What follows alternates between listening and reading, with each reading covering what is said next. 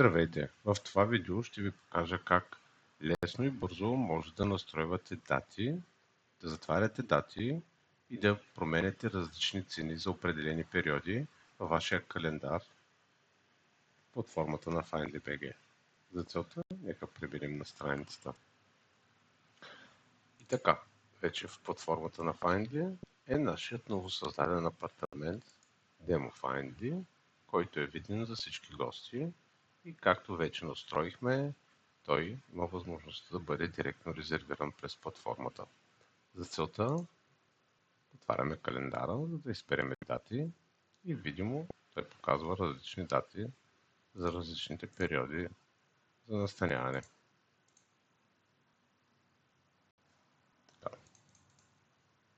Всички дати, които са отключени, кликайки върху тях, виждаме каква е стойността.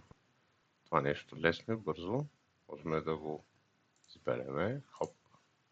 Да речем така, двама възрастни и едно дете, желаем допълнително ежедневно почистване, такса ще бъде начислена върху всеки един от гостите, 1 левче за туристическа такса и след натискане на бутона резервирай, преминаваме на страницата, където съответно трябва да попълним информацията, свързана с нашия профил, някакви допълнителни изисквания, които имаме и съответно имената на гостите, като например Петър Димов, имейл и телефон не са задължителни, Ива Димова и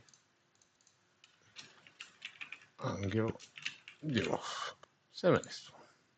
След което избирате плащане с Findly и съответно задавате, че сте прочели, сте съгласни с общите условия.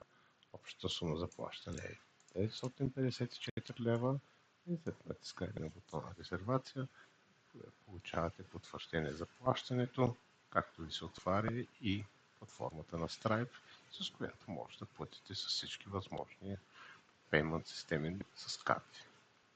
След успешно плащане ще получите потвърждение и фактура на вашия имейл. Благодаря ви.